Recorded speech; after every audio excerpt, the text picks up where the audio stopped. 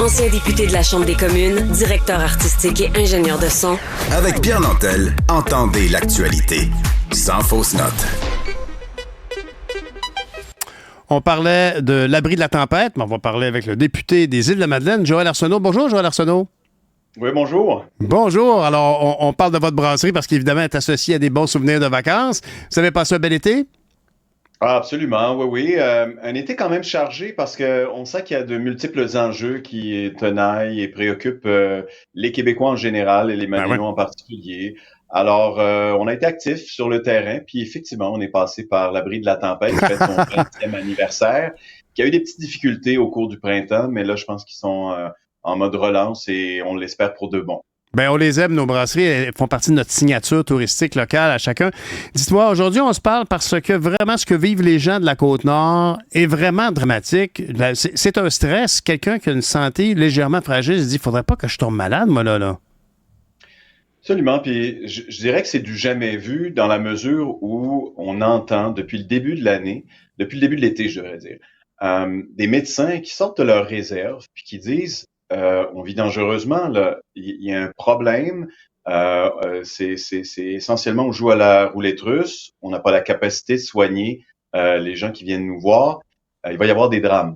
Et le gouvernement, face à ça, dit non, pas d'inquiétude, le CIS s'occupe de tout, on va réduire de moitié la capacité dans l'urgence, on va fermer l'urgence de Forestville ou des Escoumins, puis il y a un débordement sur Bécomo, mais Bécomo ne peut pas tout soigner, fait qu'on transfère du côté de Chicoutimi, du côté de Québec, du côté de Joliette, puis c'est comme si ça n'avait pas d'impact, et je pense qu'on est un petit peu dans le déni du côté gouvernemental, et je pense c'est pour ça qu'on demande l'intervention du gouvernement, parce que là, ça a assez duré. Et puis, on voit pas de perspective non plus de solution à court, moyen ou long terme, parce que le problème il a été provoqué par le gouvernement. On veut sevrer des agences privées, on est d'accord, mais encore faut-il un plan de transition, puis on n'en a pas à l'heure actuelle. Ben c'est ça, c'est comme n'importe quoi. Le mot « sevrer », se sevrer des agences de personnel privé, ça veut dire qu'il faut y aller avec, en processus de progressif. Et là, ici, on a donc vraiment mis une population en péril.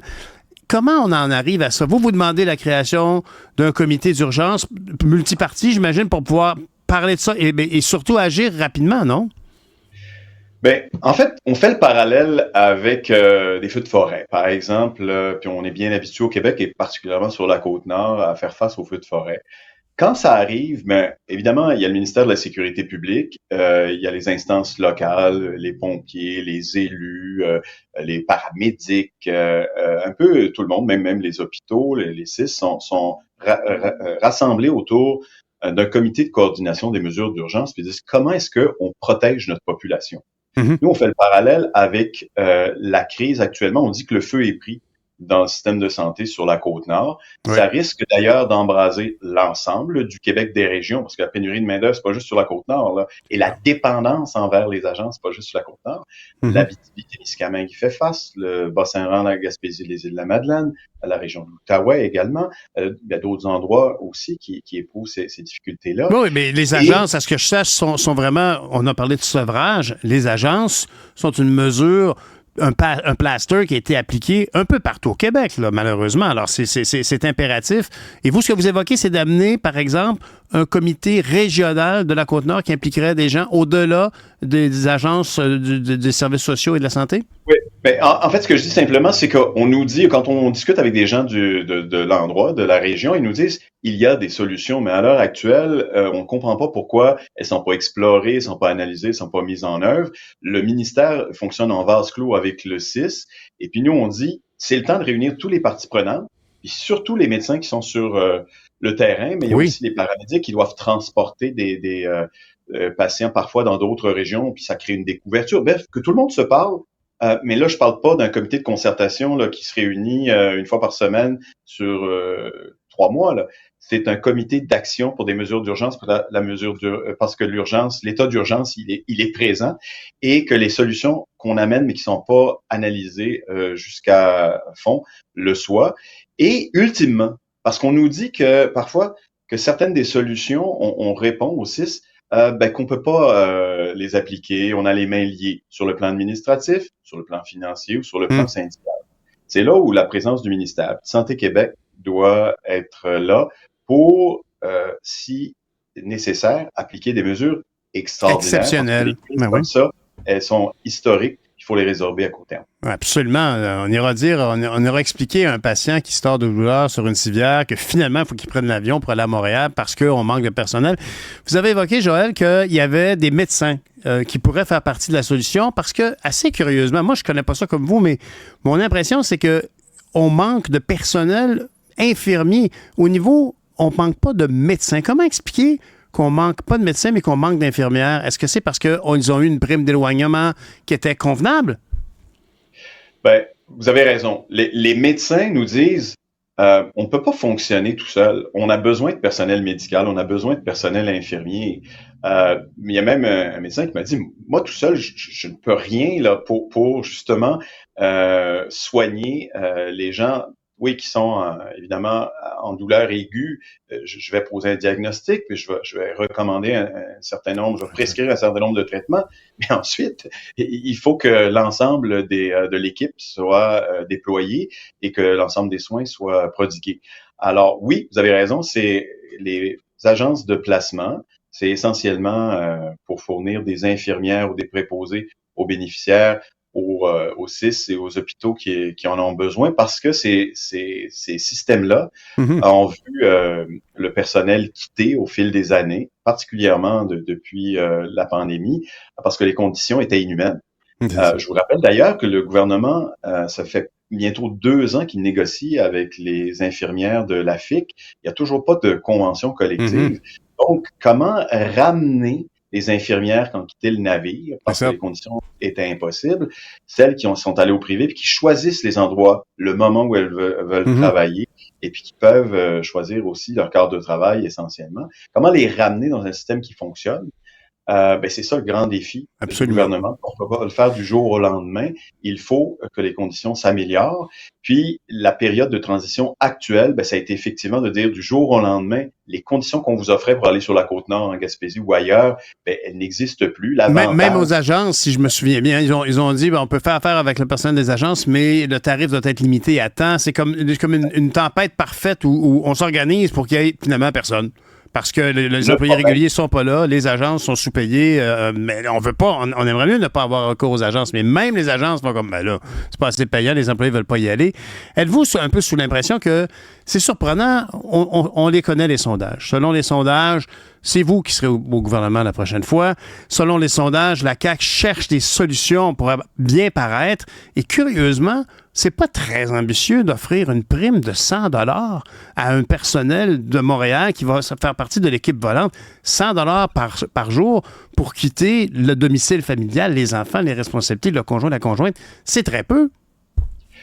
C'est très peu. En fait, il faut mettre les incitatifs en place pour colmater la brèche, là, pour régler le problème à court terme, parce qu'il faut quand même vous dire que, par exemple, l'urgence de l'hôpital Le Royer à Baie-Comeau fonctionne à 50% de sa capacité actuellement, puis on voudrait le réduire encore davantage. Donc, essentiellement, on n'aura plus la capacité d'hospitaliser les gens qui viennent nous voir pour les mettre sous observation, parce que ces lits-là, notamment, sont occupés par des gens qui ne peuvent pas aller du côté de l'hospitalisation parce que ces lits-là sont aussi tous occupés. Pourquoi? Parce qu'il y a des gens qui n'ont plus besoin de soins aigus et qui sont en attente de place en CHSLD notamment. Puis on parle d'un patient sur 5, alors par exemple à Sept-Îles, c'est un patient sur 20. Mais parallèlement, toujours à Baie-Comeau, on a une maison des aînés qui semble prête à ouvrir, mais dont on semble incapable de trouver le personnel pour justement prendre soin des patients. Alors là, on nous dit c'est difficile de recruter des infirmières pour une équipe volante parce qu'elles doivent être habilitées à travailler dans une urgence. Par contre, des préposés aux bénéficiaires ou des infirmières qui travaillent en CHSLD, ça, il y en a. Mais pourquoi est-ce qu'on ne regarde pas le problème de façon plus large, puis qu'on ouvre justement la maison des aînés et qu'on puisse libérer des places en hospitalisation. Et Vous avez évoqué... Joël, vous avez évoqué que pour des touristes, potentiellement, c'est même un peu inquiétant. Moi, je peux vous dire que l'an passé, un membre de ma famille a dû être hospitalisé en chemin vers la Gaspésie. Puis ça, on a passé plus d'une journée à la Pocatière. Je veux dire, ça fait partie de la réalité. Je peux pas m'empêcher de penser, vous savez comment j'aime la culture. On se rappellera du film La Grande Séduction. On se rappellera que ces gens-là se disaient qu'est-ce qu'on peut faire pour garder notre médecin. Là, ici, c'est des communautés qui veulent avoir des infirmières, des infirmières auxiliaires. Je veux dire, c'est un peu ce que vous évoquez ici, de dire il y a une communauté qui est insatisfaite de toute évidence des mesures actuelles, on les comprend, et vous proposez de faire un grand comité. On va imaginer des gens qui vont laisser des 5 $ traîner sur les rues pour que les infirmières les trouvent. Mais ce que vous abordez, c'est tout à fait vrai sur le plan du moyen et long terme. Si on veut régler définitivement la pénurie de main-d'œuvre dans les régions du Québec, il faut que ces postes qu'on ouvre soient attractifs. Il faut faire revenir des gens qui sont partis en désespoir de cause parce qu'ils ne pouvaient pas, c'était leur santé physique et souvent psychique qui était en jeu. Il faut les ramener dans des conditions qui sont meilleures. Il faut le faire de façon à ce qu'ils s'installent également pour contribuer à la communauté, pas juste parce qu'on a instauré essentiellement le phénomène du fly-in, fly-out, non seulement pour les mines dans les régions éloignées, mais également pour le système de santé. Faut revenir à l'idée que les travailleurs viennent s'installer en région, puissent bénéficier de certaines conditions avantageuses pour qu'ils s'impliquent de façon plus large et importante dans la communauté également, puis qu'ils fassent une bonne partie de leur vie professionnelle là, comme ils le font aux Îles-de-la-Madeleine, comme ils le font en Gaspésie, mais qu'ils le font de moins en moins en Abitibi-Témiscamingue et sur la Côte-Nord. Mais ça, c'est moyen-long terme. Mais à court terme, le comité qu'on propose, c'est un comité de mesures d'urgence pour prendre des décisions immédiates pour régler le problème. On pourrait bonifier le soutien aux gens qui s'en viennent à une équipe volante. On pourrait les accueillir davantage avec toute une communauté qui a besoin d'eux. Merci beaucoup, Joël Arsenault. Je vous souhaite une bonne rentrée parlementaire. C'est pour quelle date? C'est le 10 septembre prochain. Les caucus seront la semaine d'avant, puis on est déjà au travail, évidemment, pour préparer tout ça. Bonne rentrée. Merci beaucoup. Joël Arsenault, député des Îles-de-la-Madeleine et critique en matière de santé pour le Parti québécois.